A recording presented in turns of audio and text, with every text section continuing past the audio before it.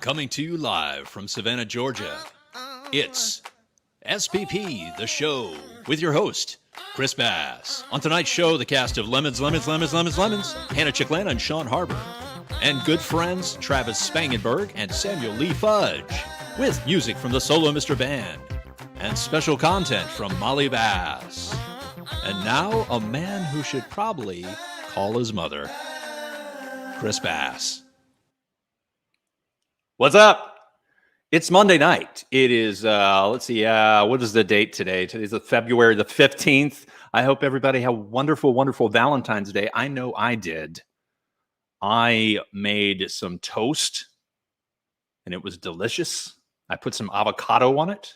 I jammed that in there. I jammed it into every crevice. The toast, as a matter of fact, came from right here, right around the corner from me, Auspicious Bakery here in Sandfly. Although I don't live in Sandfly, I live close to Sandfly. But this Auspicious Bakery, it is amazing. If you have not had their goods, their baked goods, and you are gluten friendly, as many of us are here in the Isle of Hopes, then you would definitely enjoy some auspiciousness from this bakery. I know I did. I had their beer, cheese loaf, whatever, and then I spread all this guacamole on it, and then I had like this seasoning stuff that I put on top of that.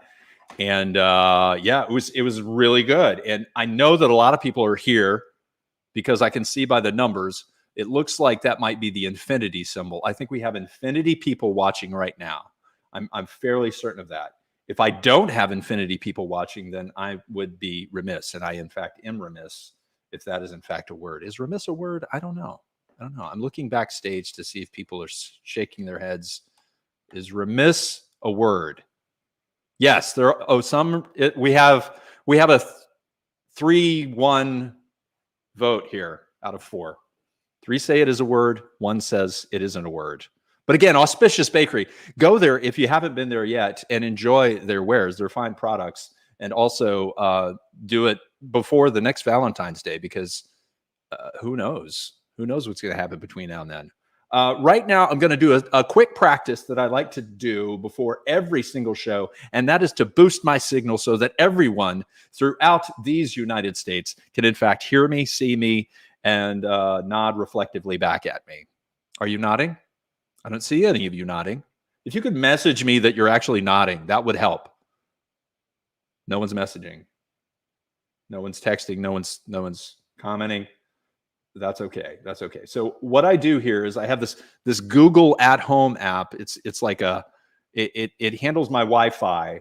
And what I always like to do is I like to go and prioritize this device. So I get the highest speed out of anyone else in the room. And it just makes me so happy when I do that.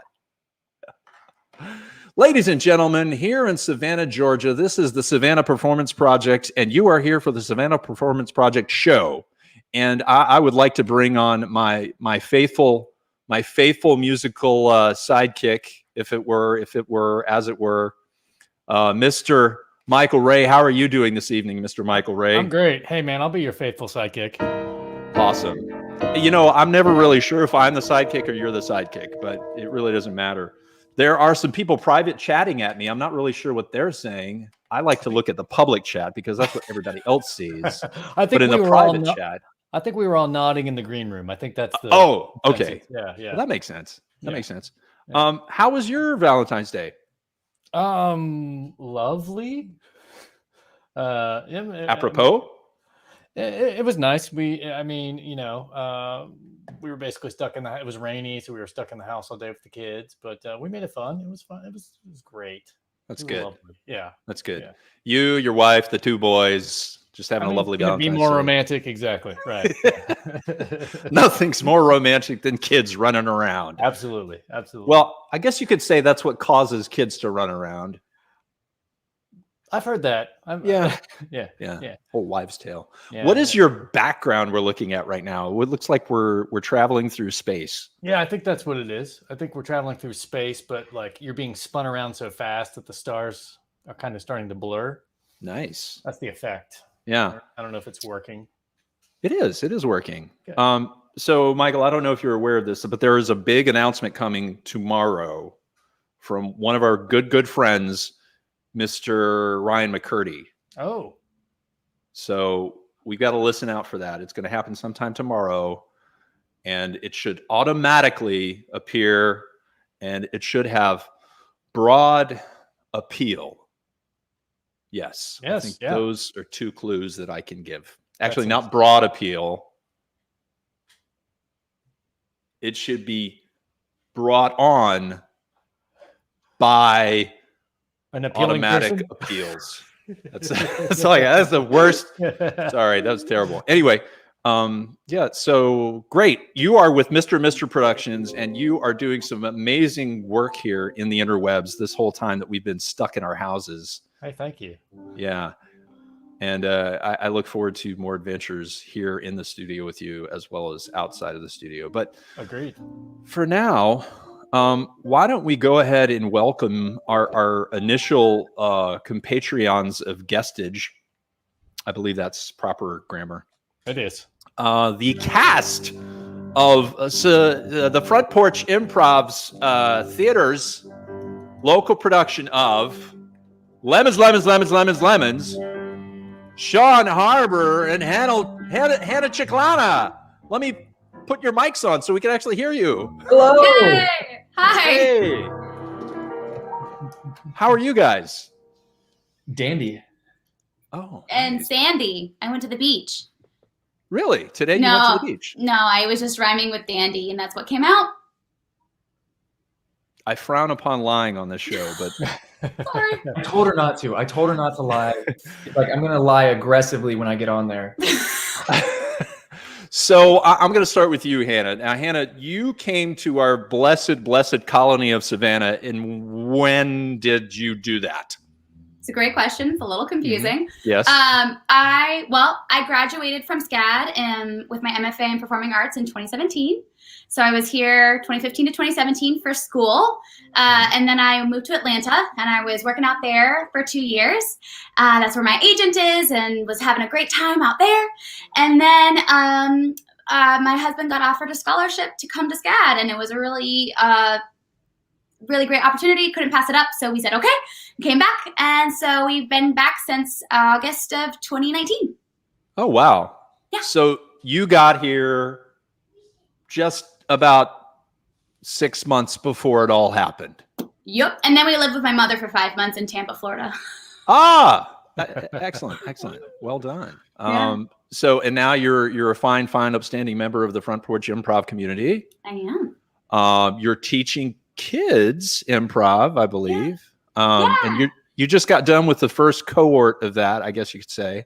Yeah, I think we have one more. Tomorrow is our last class, and then next week they're having their little share formants, which I'm really excited for them. That's awesome. That is so awesome. Yeah. And let's talk to you, Sean. Sean, how did you first get in here into this blessed colony? I'll say blessed colony for the rest of the show. I was brought here 7 years ago. I joined the Army, and I joined to get away. I was originally from Jacksonville, Florida, and I wanted to travel the world and see everything and get as far away from home as possible. And they decided to put me 2 hours from home, just across the border, hop, skip, and a jump. And I was in Savannah for 6 years after that. Wow. Mm-hmm. Wow. And then I decided to buy a home. I absolutely love the community of Savannah. I fell in love with it. It is nice being close to home, but just far enough where I can say, Mom, I'm not going to come this weekend. I do need to call her, though. I do need to call your mother. I know. But yeah, I ended up buying a home here and joining the Front Porch community, and it's been an amazing roller coaster. That's awesome. Yeah. And you mentioned that the Army pulled you here. I take it. They did. They dragged me. They dragged you here. No, not anymore. So yes, you guys are both members of the Front Porch Improv community. Are you all where? Oh no, I don't. Okay, we're all standing up for no apparent reason. This is now the 4th day that I've worn this hoodie, and my wife is starting to complain. Yesterday, Valentine's Day was a little awkward. Yeah, but how you got to season. You got to season your new vestments. It's full of That's love. what I say. Right. Deodorant's a thing. It's a thing. That's true. The French shower is a thing. Yeah. We all do Yes. it. Sean and Hannah, you together are involved in some rehearsing tonight, I believe. Are you not? We are. You're rehearsing for a show that is Lemons ×3. Tell me about this show. And as soon as you finish telling me, I'm going to bring on our third member of your party. I've promised him that I will. We're he's holding sitting back there waiting. in the cage Okay, right now. go ahead. Tell me about it. So Lemons is by Sam Steiner. It is 5. Yeah. It is a 2-person play, a dramedy that talks about in a dystopian world how a love would survive, a relationship would survive in a world where the government limits your speech to 140 words a day. Oh, Wow. that sounds It's tough. Yeah. And you have to choose your words wisely, I imagine. Yes. And so you see there's scenes that happen before the bill is passed and after the bill is passed, and they're all kind of jumbled up together. And so you just kind of see this, the couple, Bernadette and Oliver, really trying to keep their love alive and figure out how to live in this world where words have so much meaning. Wow. And Hannah, you play Oliver, I take it. I do. Yeah. Yes. I'm Bernadette. Also, I love it when they switch That makes roles. I sense. think that's yeah. Speaking of switching roles, I have I don't know why I said that. Anyway, Brenden Davis, director of the show, was waiting backstage. I'm going to do a little reordering real quick, Mr. Michael Ray. Hang on one second. This is really quick. We just reorder at will. And now he's down there with you. I don't know why he's down there. Brenden, tell me, what was your fascination with this play? Why did you decide that you should take on the directorship? Is that a word? Yeah. Yeah, directorship. Anna approached me one night after we had a show, and she told me the plot of it. I love the idea because Twitter used to be 140 characters, and then they bumped it up to 280. And I was like, I like original themes, so it's all about the original tweet length, Chris, I have to say. No, not really. I like it because it explores communication, and I think it dives a lot deeper into relationships, not always romantic, not always married couples, dating couples, but just how we communicate with each other, period. And there's been a lot of physical and ideological blocks in the past year with Corona. So I think exploring that and showing two people experiencing it to a very severe degree with the law that's passed is really exciting. And it kind of provides a lot of questions for you to answer inside yourself. So I really loved it. I loved the idea when she presented it to me. And I, of course, love working with Hannah and John. Stop it. Oh, no. Yes, well, they are both lovely to work with. I've had the chance to rehearse with them both at the Front Porch Improvisational Theater Consortium of Savannah. Yeah. That's the full name. Not a lot of people know that, but that is. Yeah, we shortened it. That's news to me. Right. Wow. Big acronym. So let me ask you this. And let me let you know this. That is in fact a tool that I use whenever I'm trying to think of the next thing to say. You stall and make it longer. Longer words. When does the show come up? Like when are the dates of the show? I should say. The first date for the show is going to be February 25th. There's going to be 4 shows that you can go to. You can see them in person, but we have limited seating, so you have to get your tickets now because it can sell out fast. Oh, wow. And if you can't get an in-person ticket, we also are offering Zoom or online version that you can watch at home in your sweatpants, eating popcorn with your kids. I'm all about sweatpants, I'll tell you. Yeah. I don't know what that means. So right now, while you're talking about it, tell me some more about it. Brenden, what's your take on the whole issue with the 140 characters not being a good paragraph format? Well, I got to tell you, I used to have a lot of lengthy verbiage that I wanted to spit out to the tweet verse, and I just couldn't do it. And then they bumped it up to 280, and I was like, oh, man, this is what we need. So Lemons as a play makes no.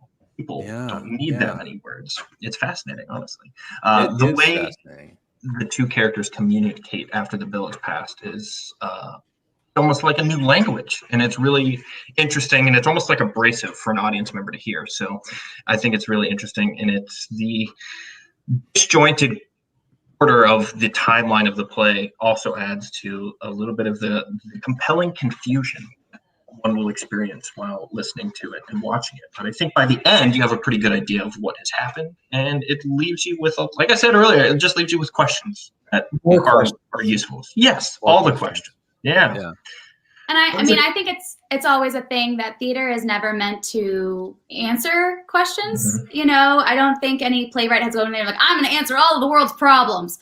They are like, I want to pose things to make the community think and to get people to talk to one another and create new ideas and communicate. And I think that's what this play does, especially during this time period where there has been such a lack of communication, not only in our day-to-day, but in our like government and in the world. You know, fake news is a thing nowadays. And so, you know, I think this is a very timely piece because in our whole world, communication is so broken at the moment. Yes, I would say so. I think that is in particular key right now, that we lack the ability to communicate, and we should probably go back to school and learn it again. Or maybe the government should pass a law that limits our speech. You know? Sean, don't put that into the universe. No. I'm going to draft the bill tonight. I'm going to send it to my congressman, and we're going to see what happens. Okay. That's why I didn't vote for you, Sean. Sean, what did you run for? I did not know this. I ran for the local statesman. It's a position that the mayor just created. And what I do is I handle all state issues, vague and specific. Whatever comes to my desk, I have a stamp of approval. I don't have a stamp of denial. So everything that comes to me, boom, approved. Nice. Goes up to the mayor, and he handles it from there. I see. And Hannah, I've heard that you've taken on a new interesting hobby involving shells. Can you tell us about that? Yes, I have actually. So I like to take shells and put them in little glass jars and line them up and see how the sun hits them. And then I paint what I see from the shells in the glass and the lights. That's amazing. That does sound like excellent therapy. Brenden, I hear that you have been resorting to a new technique of exercise. Can you tell us about that? Oh, yeah. Absolutely. It's called sea aerobics. I go out to the sea and I grab 3 heavy strength ropes and I tie them from one end of the dam to the other end of the dam. And what I do is I climb along this rope until I can't breathe and I have to have someone rescue me. It's intense, but it works. It works big time. You should see his abs. Yeah, he's covering it up. They're jacked. Oh my gosh. Wait, you're covered in abs. You're covered in abs? Wow. If abs head from to toe. here down to my ankles, it's just rippling abs. It's pretty wild. Wow. So, shows. ladies and gentlemen, and any pronoun that you may use, what you have just witnessed is improvisation. And improvisation is a key component of the people at Front Porch Improv. I myself have been involved in a new venture that they've just begun, known as Mystery. Murder mystery? Murder mystery. So it's a living mystery. So we're looking forward to doing that very, very soon. Very excited. Rehearsed that, and I think we may even have a couple gigs booked, if I'm not mistaken. There's a couple gigs. Wow. Yeah. Jigs. Is it pronounced jigs or gigs? The age-old debate. I think it's jugs. I think it's jugs. Pretty sure it's jugs. I think you're right, Chris. Yeah. You have all the answers. We do have a comment. Oh, yes. LaCorey McCarty. McCarty. Okay. That's an interesting. Hi, LaCorey. What is it? It's actually it's from our next band of guests. He says LaCorey McCarty. Maybe Travis knows what that means. Travis Spangenburg is hanging out backstage right now, and he may be able to. Oh, Hannah, do you know Fudge? I do. I was a second. Yeah, I was a second-year grad when he was a first-year grad, and I just love that man. He is just a good human, and I miss him. We love good humans here. We love a Fudge. We do. Travis. Oh, I see. Yes. I got it. Yeah, that's good. We have private messages from the public, and I cannot share that. It's private, so we're not sharing private messages. You don't want to see it. Yeah. File. And Brenden, you need to stop. By the way, I'm feeling a little attacked right now. So Can't stop, won't stop. So this has been a travesty and a nightmare. Real bad. Discomfort. So before you guys have to run off to your rehearsal tonight, is there anything you want to get off your chest? Any public apologies? Any? Well, I'd love to show these abs. Take it off. Not really. No, I think that this play is very compelling. I think it is very interesting. At the end of the day, it's funny and will make you appreciate the people you have in your life a little bit more. So, Nice. Sean and Hannah bring these characters to life in a way that I couldn't have even imagined when we started it, and they're wonderful actors. So please come support Lemons. That's awesome. Yeah, I think we have. I'm pretty sure we have a preview of the show. Let me pull that up for you real quick.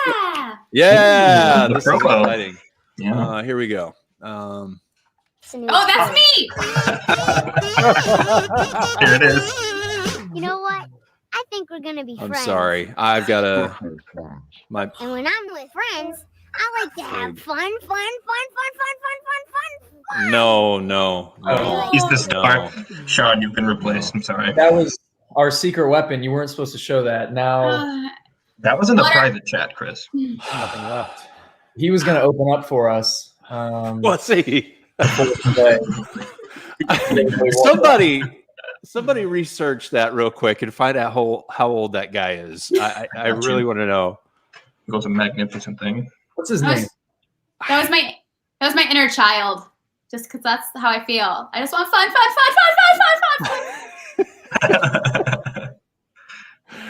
We're gonna be friends. He was born in 1984, so that would make him 36. An adult for sure. 36.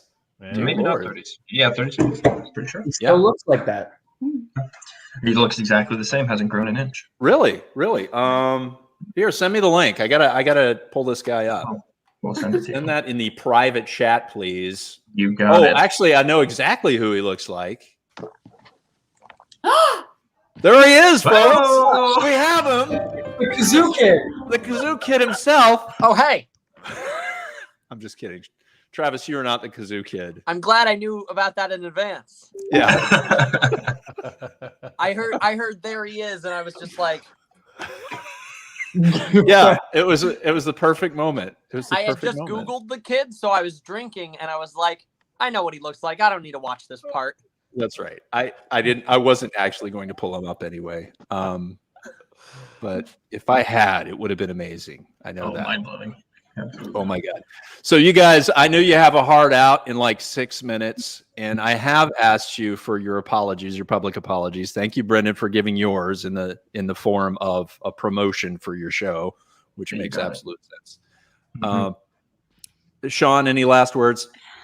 Look, I'm just really sorry that I couldn't be on this show longer. I know you offered me $1,000 to stay even 30 seconds longer, but I'm a busy man. I have to feed my cats, and I have a rehearsal later. But I am more than happy to be here later. Just call me. I'll be on every episode. I'll play the drums. I'll be right there next to Michael Ray. He won't be solo anymore. We can make it a tag team. That's wonderful. Hannah? Accept your apology. I am so sorry that I am drinking polar seltzer water right now because it really should be You AHA. monster. AHA is by far the greater seltzer company. Am I sponsored by them? No. Will I one day be? Yes. From this Yes, you will. interview to God's ears. He's listening. That's it. Oh, He's listening. my God. Brenden? It's me, Hannah. One final moment from you. Tender and remarkable, please. Absolutely. I'd like to apologize to all of the Keebler fudge stripe cookies that I have devoured and massacred this past year. I've taken you from your families. I have given you proper burials, and I didn't say a prayer after my stomach acid just completely incinerated you. I am sorry. Brenden, that was inappropriate and unconstitutional. I applaud your efforts. Thank you. Take it up with the locally elected city man, or whatever your title was, Mr. Harber. The staff member, I think, was what it was, or Comptroller. Yeah. Comptroller, local comptroller, Sean Harber. Guys, I'm gonna let you go. I'm gonna cut away as soon as I let you go. We're gonna go to commercial, and when we come back, Travis Spangenburg and maybe Samual Lee Fudge. We'll see. Yeah. Yay! Thanks so much, guys. No problem, guys. We'll see you soon. For now, here's a word from our friends at Molly Bass Incorporated.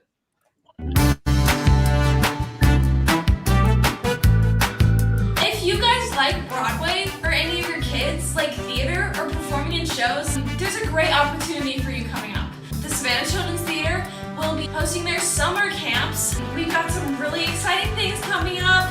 Things such as the Creative Adventures Camp for the little ones, a 70s dance camp. We have Willy Wonka, Could You Hug a Cactus? Could you? Who knows? Big Bad Musical, Jungle Book, Curtains for the high schoolers, Seussical Jr., The Little Mermaid, and Descendants. It sounds so exciting to see as a musical. Anyways, sign your kids up for this. You might want to go to SavannahChildren'sTheater.org and fill out the application and get in there. Because you don't know if theater is the thing for you. It might be. That's a theater dance, and thank you guys. I'll see you soon.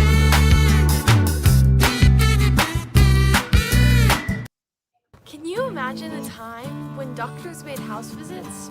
I can't remember the last time anyone paid us a visit. But did you know that even now, there's a way to get reliable medical care in the privacy and security of your own home? My Nurse Now. The staff of nurses at My Nurse Now specialize in urgent care at home with virtual and personal physician visits, offering simple or complex medical care in the comfort of your own home. Get in touch with them at 912-598-6322 today to set up your first visit. My Nurse Now, because sometimes getting to a doctor's office isn't that easy.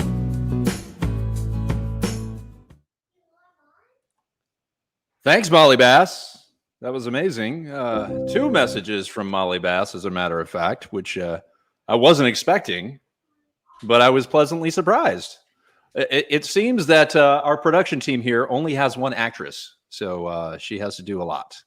But we do appreciate all of her efforts. Ladies and gentlemen, we're here for the second half of the Savannah Performance Project, The Show. And, of course, you all know my dear, dear partner in crime, Mr. Michael Ray.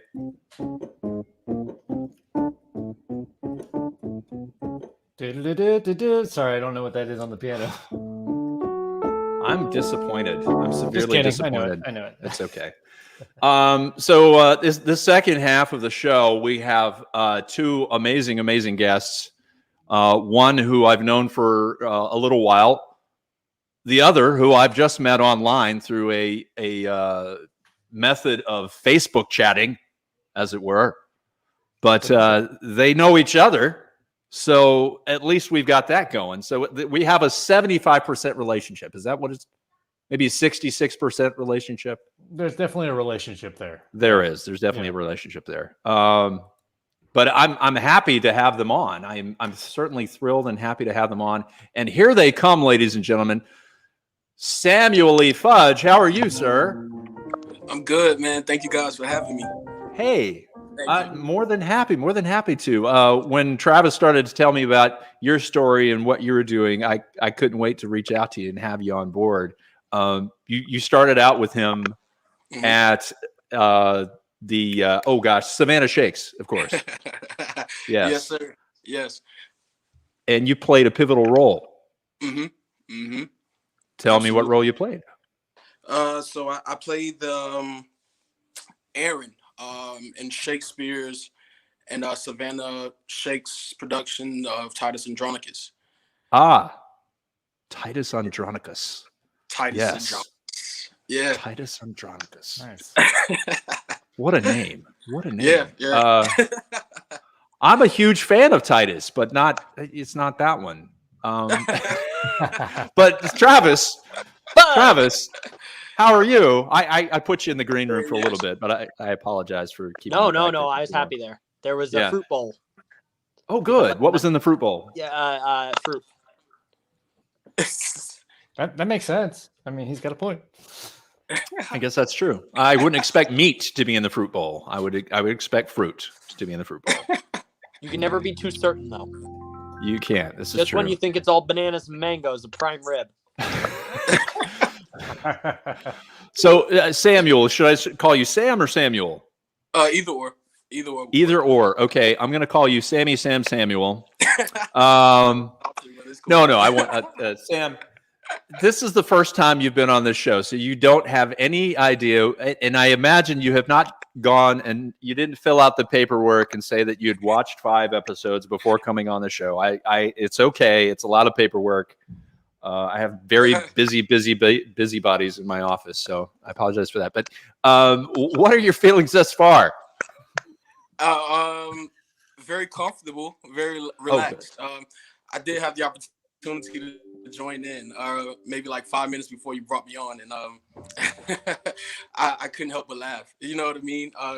So I'm comfortable right now. I love it. Like, I enjoy it. I love what you guys are doing down there in Savannah. I'm just grateful and honored to be a part of this. You know, very That's honored. great. Well, thank you very much. I'm honored to have you on. So, when you first got involved with the Savannah Shakes, how'd you do it? How'd you get involved? I saw a show at the time I was at SCAD, getting my MFA in performing arts, and a person, I can't remember their name, but a person invited me to a production of show of Savannah Shakes. I think you guys at the time, Travis, you guys were doing Henry 5. Henry 5. Yeah. And I was like, I can't lie. My first impression, I was like, wow, these people are weird as hell. But I love it. I haven't seen so much running around and dancing in my life. But though it was weird, what I appreciated about the ensemble and just the production as a whole, these group of people were very passionate about the work that they were doing. And also they were having fun. You know, they were having fun, so much fun that I was like, hey, I need to be a part of this. I need to join, you know. At the time that I saw the production, I wasn't skilled yet at Shakespeare.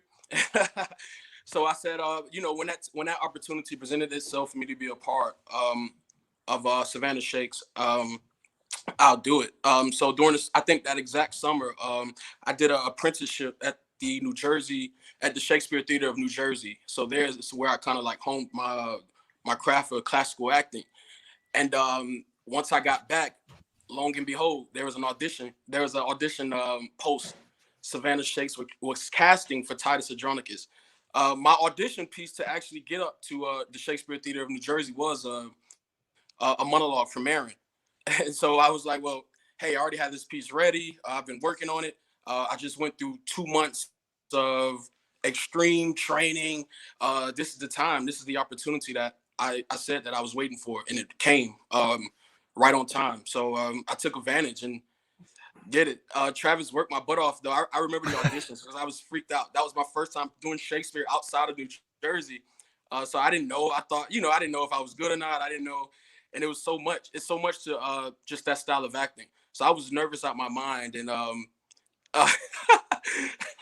funny story. So you know, Travis gives me the sides. I'm doing it, and I can't lie. I probably choked like maybe probably 5, 6, 7 times. But what kept me comfortable, what kept me good was like, and I never told you this, Travis, but it's funny to me. I looked around, even at the times where I thought I did horrible. I looked around, I was like, well, there's not too many other black guys here, so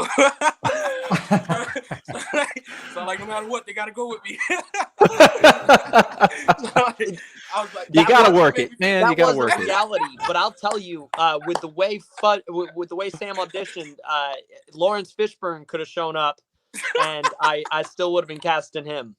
There you go, man. Don't let that listen to that. I was stumbling over lines. I was sweating my butt off. Like, that was so nerve-wracking, man. But it was, hey, it happened. You know, it happened, and the production came out very great. As a director, an auditioner sweating their butt off is such a positive, because I'm like, oh look, they care. I'm like, yeah, you know, if somebody's gonna get that nervous over an audition, they're gonna do it right. Yeah. So that's my problem. I always walk into every audition like super, super, super uber confident, and I think it turns people off. It's just, man, he really knows what he's doing. Yeah, is that what happens? Yeah. No, never. I've never felt that way in my entire life. No, I think all of us, that when we audition, there's you could audition for the same person 20 times and for 20 different shows, and you still walk in and they've given you a part every time, like a lead part every time. And even then you walk in and you look at them, all of a sudden you're this tiny kid in front of them. It happens every time. It's only been the times where I'm nervous that I get roles that are good. Yeah. Every time I've walked in feeling real good, I've been like, you get the cast list and you're like, well, okay. Stay nervous, friends. But like every time I've been nervous and been like, are they gonna like me? I've like ended up with some of the like best parts. Audition tip: stay nervous. Stay nervous. Stay nervous. So teach the kids that, Fudge, in your workshop? No, heck no. I told them, fake it till you make it. Okay, so Travis, you mentioned workshops. I did not know this. Tell me about your workshop, Sam. So yeah, so I'm at the point of my life and career where I feel as though I learned so much. I was blessed with the opportunity to learn from amazing people, you know, and I just concluded that, hey man, it's time for me to share this knowledge, share this wisdom and insight to the world. More specifically, underserved communities. You know, I like my niche, my thing is going into neighborhoods where art is definitely non-existing, but also maybe hope. You know, hope in that community is missing as well. I work with kids who have no idea about Shakespeare. They have no idea of how to work a camera. They have no positive outlets or ways to express themselves. They don't know how to express themselves effectively. Most of these children, they may or may not have parents in their lives. They may not have role models in their lives. All it is them. And more times than not, these individuals, teens, children, however you want to call it, they are taking on strong responsibilities within their households and within their community. Like I have like a 14-year-old who takes his little sister to school, who's like 7 years old. He comes home, he cooks for her. He does all these things for his sister and for his family, and his mother is enabled, to do those things. So I like to work with kids like that. And what I do, I just step in and I introduce art to these special individuals. And I sit back and watch it transform their lives. My philosophy is, hey, let me show you how to tell your story to the world before someone else tells your story, or your story will probably never be told, but here's the camera, let's do it. So I teach film and I teach acting, basically just to better mankind, but also better those underserved communities. you know, because I grew up in a community like that. Most of these children share the same backgrounds as I did, you know, and fortunately I was able to go to college. And while in college, my professor introduced me to acting. Leading up into that, I had no sure insight on what acting was. I just thought it was just I thought it was just something that guys like to do in tights, you know. You know, honestly. So getting to college and seeing like, hey, this is something cool. Like for me, it started as an opportunity for me to experience the world outside of my own community and my own reality, you know. And one of the reasons why I love Shakespeare so much, because at that time, especially in New Jersey, Shakespeare, New Jersey, like that was the first time I could ever put on something luxurious, costume. You know, I can be free in a world where people call me Lord, Sir, you know, dude, you know, and because typically, you know, I'm called other names, you know. So this was the first time I can actually feel special, and I love the Shakespeare community because they've been very accepting to me, you know. So all those experiences, man, I just want to see the next person, the next child, you know, who's just like me, experience those same things. And if it's me allowing them the opportunities to act, or whether it's me teaching them techniques, or, you know, just what acting is in general, man, that works. You know, that's what they need. That's what helps them. So, yeah. Yeah. Building confidence in your community. That's great. That's great. So you're based out of Atlanta, Georgia. Is that correct? Yes, sir. Atlanta, Stone Mountain specifically.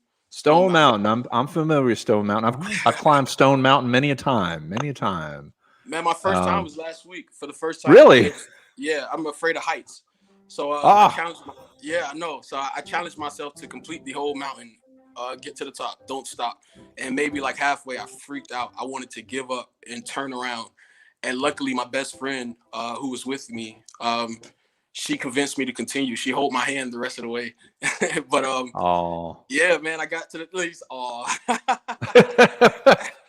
Well, I just imagine you're strolling up the mountain holding hands. It's just, for me, it was an awe moment, you know. Best friends. I love that. Yeah. Samuel, tell me about this short film that you released on Amazon Prime. Yeah, so Lotus, Lotus is very, very, very special to me. It's a story that I wanted to tell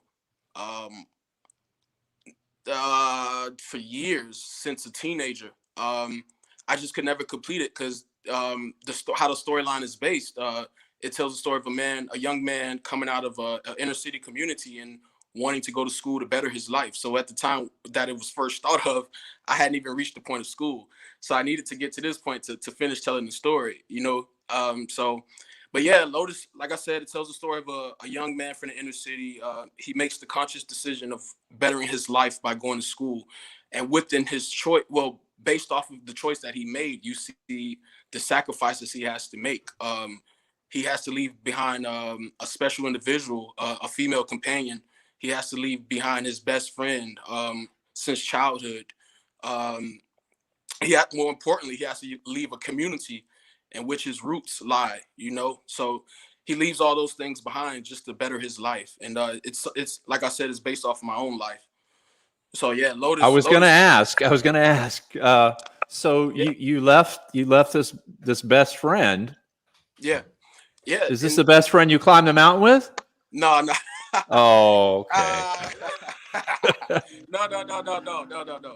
But yeah, he leaves. So the whole idea of the lotus. So it's based off of the lotus flower. The meaning, the symbolism of the lotus flower is, it's, and you may know, it's one of the, in my opinion, and other people will agree, it's the most beautiful flower in the world. You know, it's more exotic than the rose. You know, it's this beautiful flower, so potent, so vibrant. But what people don't know about the lotus flower, or what people overlook about the lotus flower, is its beginning. You know, it grows from the filthiest of places. It grows from mud. It grows from murky river water. It grows in these underserved places. You know, these you know, it grows from these filthy, just filthy.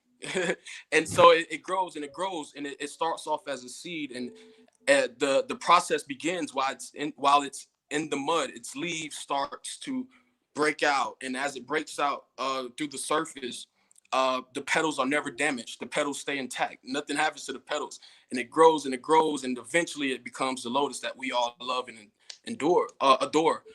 So basing that off of my own life, coming from the inner city, coming from the overlooked community, coming from this place, and now at this point in my life, I'm Samuel Lee Fudge. You know, I'm being interviewed. People care what I have to say now. You know, but I have a story behind that, so I relate that to my life, and so the lotus flower is now like that's my symbol. That's my motivation and inspiration, and I try to use that ideology to spread and heal and inspire others.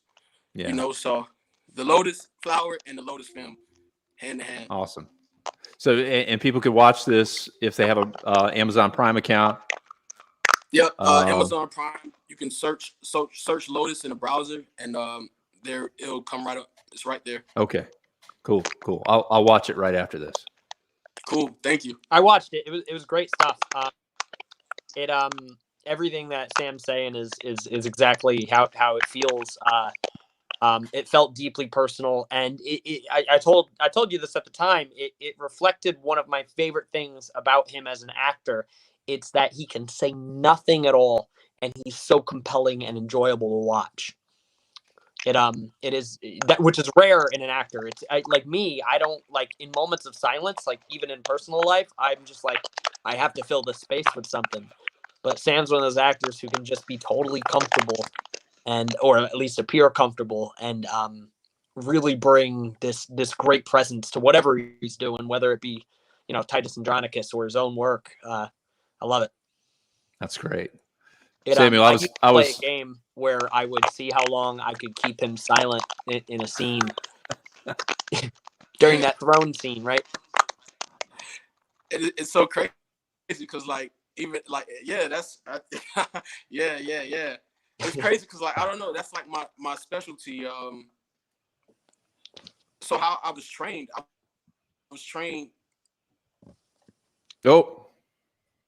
Oh, there he is. I can almost hear you. I can't hear you. Wait, where'd he go? He's talking. I know he's talking.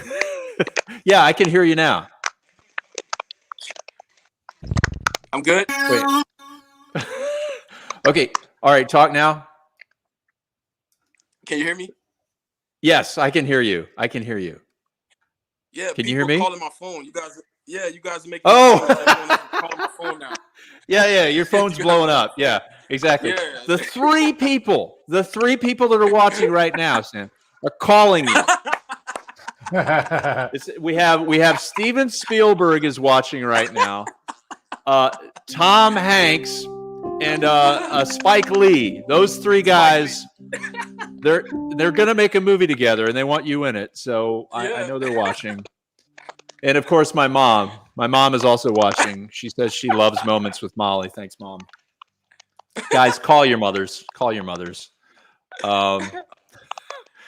Anyway, so go ahead. Yeah. So it's so crazy because like Travis, like now when I write scripts now, and like when I'm working with my team, and like I give them scripts that I've written, and it's like, let's do it, and they're like, wait, where's the words? It's just nothing but actions. It's like, they're like, where's the lines? Like you just wrote a description of what you'll be doing, but there's no line. I'm like, trust me, it's the story. Let the lines. I'm trained in improvisation. Like the lines will come. Let's just act in the moment and let the words be natural and let it flow from the heart and the moment that we are in right now. But they're just like, here's my favorite line. As a director, my favorite line for those moments. You'll figure it out. You'll figure it out. That's perfect. That's how I run my show. One of those things where it's like, you know this character better than you think you do, and when you're kind of left alone to fill those moments, the actors that all of us love working with, like you, like a lot of the people that I've had the good fortune to work with, they ultimately figure it out in the end, and they do something way better than I could have ever told them to do to fill that time, which was the case with you, like constantly.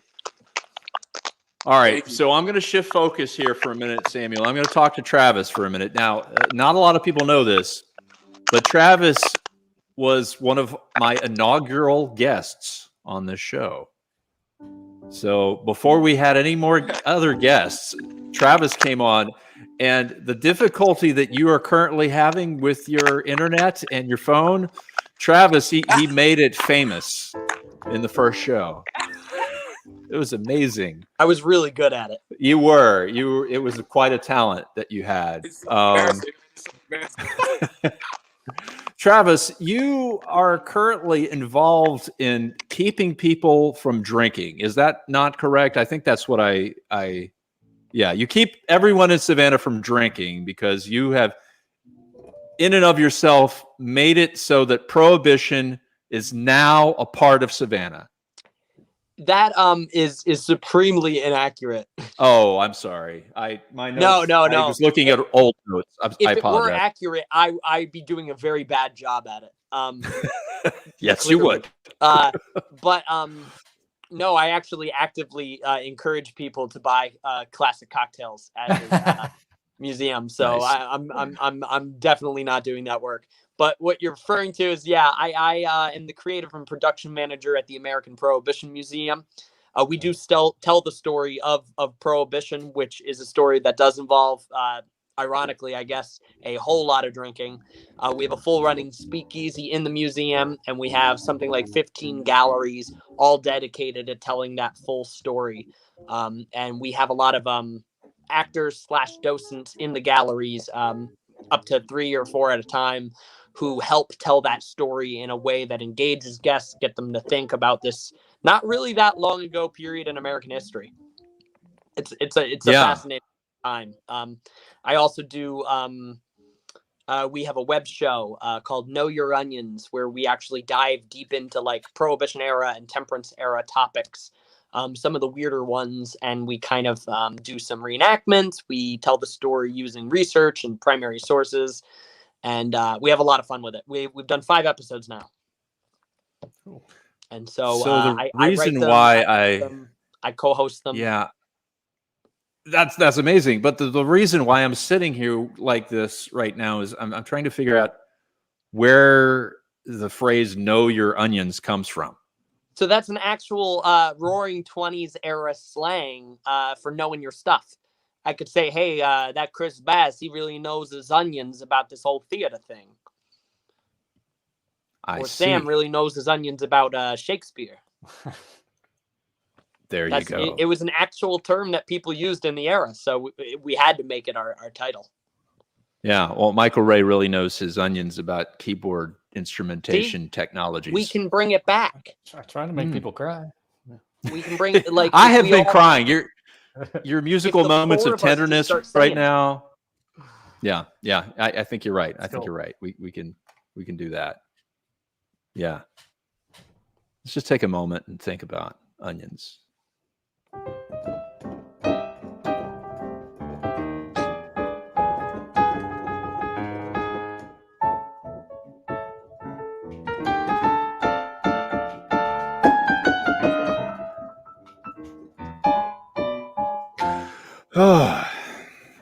I was cutting an onion right then. I always keep onions in front of me. I can't believe that there's this much coincidence in our conversation right now. Amazing coincidence. Didn't you win Best Breath in Savannah? Yes. You did. Yeah. Connect Savannah. I was the best of breath in Savannah. I think exactly. Choose on those. Oh, you're waving me off. Is that what you're doing? You're waving my breath off. It's a little pungent after eating that onion. Yeah. We're in a very close studio space, ladies and gentlemen. So it's often there's often emanations coming from each other. Guys, this is the end. We've reached a pinnacle of imagination. Let me ask you this before we go, Samuel. Are there any last words that you want to give us? Some last words of confidence, of building of our own egos that you want to impart to us. And you do have a soundtrack, by the way. I hear. I'm trying to match the mood. Perfect. Can you guys can hear me, right? Yes. Yeah, cool. So basically,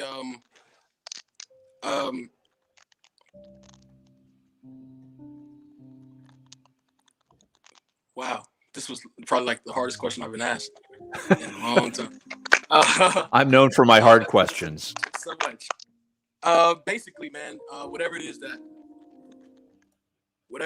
it's a passion of yours, whatever your heart yearns, meaning you can try, you may be fearful at first and you may try other things, but yet and still your heart takes you back to that place of the passion, the dream, the goal. Grasp that, pursue that dream full-heartedly, relentlessly, and give up at nothing, absolutely nothing. Go for it. If Samual Lee Fudge from P. Ryan, Florida, from South Miami Heights, Florida, can live his dream, there's no reason for anyone else not to be able to. I've went through the wilderness a million times. I've encountered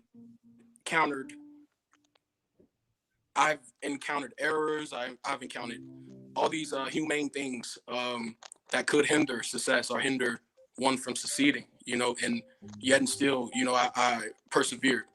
So therefore, we all can, and it's just the dream is there for us to obtain. We just have to stay focused and pursue it and get it, grab it. Well said, sir. Travis, I'm not going to let you follow that, man. Yeah, no. Don't you see why I wanted you to have Sam on? Like, Yeah. Does it get better than that? No. Amazing. So now is the point of the broadcast where I tell everyone who is currently behind and watching WandaVision to please exit and don't listen to anything else. I'm going to ask the cast here right now. Are you at least at episode 5? I'm caught up. Are you caught up? Yeah. Samuel, are you watching WandaVision at all? He's saying no. It's okay. It's okay. It was filmed like 10 feet from his house. I'm sure he saw it already. Yeah. But we do have a tradition here at the show. It is called Sitcom Freeze because I am so taken with WandaVision right now. I'm going to actually, and in particular, Darcy's, the actress who plays Darcy in the show. You know what I'm talking about? Oh, Kat Jennings. Kat Jennings, yes. Gosh, if we can get her on the show. If any of you guys know Kat Jennings, so I can get her on the show. Please do. But in particular, this was episode 5, the end of episode 5, the aha moment. You all know what I'm talking about. You are either Wanda, Vision, or one of the 2 children. And Pietro is shown up at the door. And it's not who you thought it was. I'm going to count 3, 2, 1, and then I want a sitcom freeze to end all sitcom freezes. 3, 2, 1, sitcom freeze.